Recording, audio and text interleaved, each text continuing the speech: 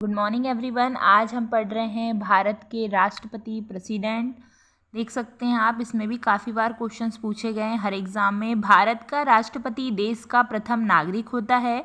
अनुच्छेद 52 के अनुसार भारत का एक राष्ट्रपति होगा। आर्टिकल 53 के तहत संघ समस्त कार्यपालिका शक्ति राष्ट्रपति में निहित होंगी। साथ में आप आर्टिकल भी याद करते रहिएगा।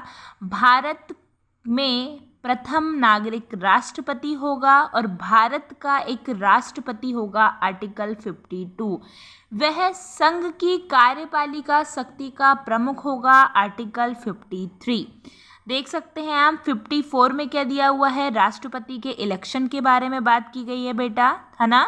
राष्ट्रपति के निर्वाचक मंडल में संसद के दोनों सदन, राज्य एवं लोकसभा के निर्वाचित सदस्य और राज्य विधानसभाओं के निर्वाचित सदस्य शामिल होंगे। क्या लिखा हुआ है, लोकसभा और राज्यसभा के जितने भी निर्वाचित सदस्य हैं वो और जितनी भी स्टेट है उसकी विधानसभा के निर्वाचित सदस्य शामिल होंगे। 70वें संविधान संशोधन अधिनियम 1992 द्वारा दिल्ली और पौंडीचेरी विधानसभाओं के निर्वाचित सदस्य को भी निर्वाचक मंडल में शामिल किया गया। राष्ट्रपति के निर्वाचक मंडल में जम्मू और कश्मीर संघ राज्य क्षेत्र की विधानसभा के निर्वाचित सदस्यों को अभी शामिल नहीं किया गया है। हालांकि जम्मू और कश्मीर राज्य के रूप में उसकी विधानसभा के निर्वाचित सदस्य निर्वाचक मंडल में शामिल थे। राष्ट्रपति के चुनाव में मनोनीत सदस्य एवं विधान परिषद के सदस्य भाग नहीं ले सकते हैं। आर्टिकल 55 के ब्रैकेट में 3 के अंतर्गत क्या दिया है बेटा, अनुसार राष्ट्रपति का चुनाव अनुपातिक प्रतिनिधित्व के अनुसार किया जाएगा। एकल संक्रमणीय पद्धति गुप्त मतदान होता है।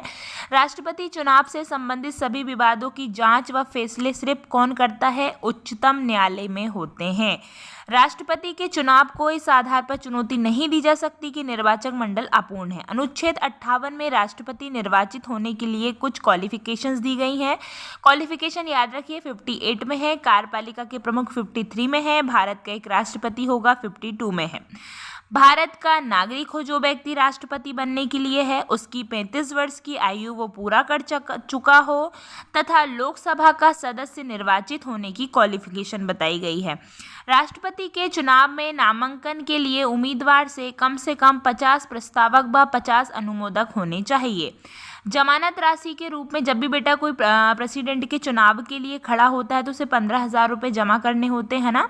और जब वो कोई व्यक्ति नहीं भी जीत रहा तो उसे वह पैसे वापस नहीं कर सकता है, वो याद रखिएगा आप। बहुत कम है वैसे ये तो। यदि उम्मीदवार कुल डाले गए मतों का 1/6 भाग प्राप्त करने में असमर्थ रहता है तो जमानत राशि जब्त कर ली जाती है। आर्टिकल 56 में राष्ट्रपति की पदावधि या कार्यकाल दिया हुआ है कि राष्ट्रपति अपने पद पर 5 साल तक बने रह सकते हैं। अनुच्छेद 56 के ब्रैकेट में 1(a) के अनुसार भारत का राष्ट्रपति अपना त्यागपत्र उपराष्ट्रपति को संबोधित करके देगा। उपराष्ट्रपति इसकी सूचना लोकसभा अध्यक्ष को तुरंत देता है। ठीक है। आर्टिकल 57 राष्ट्रपति के पद के लिए किसी व्यक्ति को पुनः निर्वाचन की पात्रता निर्धारित करता है। आप सारी चीज़ें देख सकते हैं।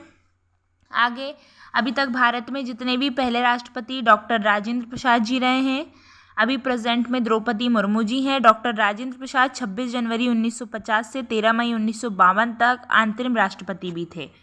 ठीक है। बाकी अभी तक की लिस्ट आप याद कर सकते हैं, काफ़ी बार ये पूछी गई है। डॉक्टर सर्वपल्ली राधाकृष्ण, जाकिर हुसैन।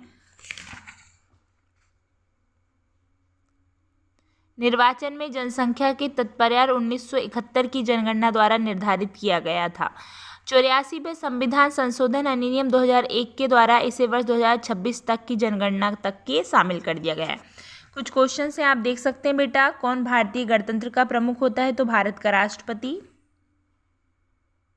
भारत के राष्ट्रपति अपनी शक्तियों का प्रयोग करते हैं सीधे अथवा अपने अधीनस्थ अधिकारियों के द्वारा। संविधान के निम्नलिखित अनुच्छेदों में से किस एक के अंतर्गत संघ की कार्यपालिका शक्ति राष्ट्रपति में निहित है, तो आर्टिकल 53 में। भारतीय संविधान में समस्त कार्यपालिका शक्ति निहित होती हैं राष्ट्रपति में। और ऐसे ही क्वेश्चन जानने के लिए यदि आपको मेरी वीडियो पसंद आ रही है तो प्लीज़ आप लाइक एंड शेयर कीजिए। Thank you so much.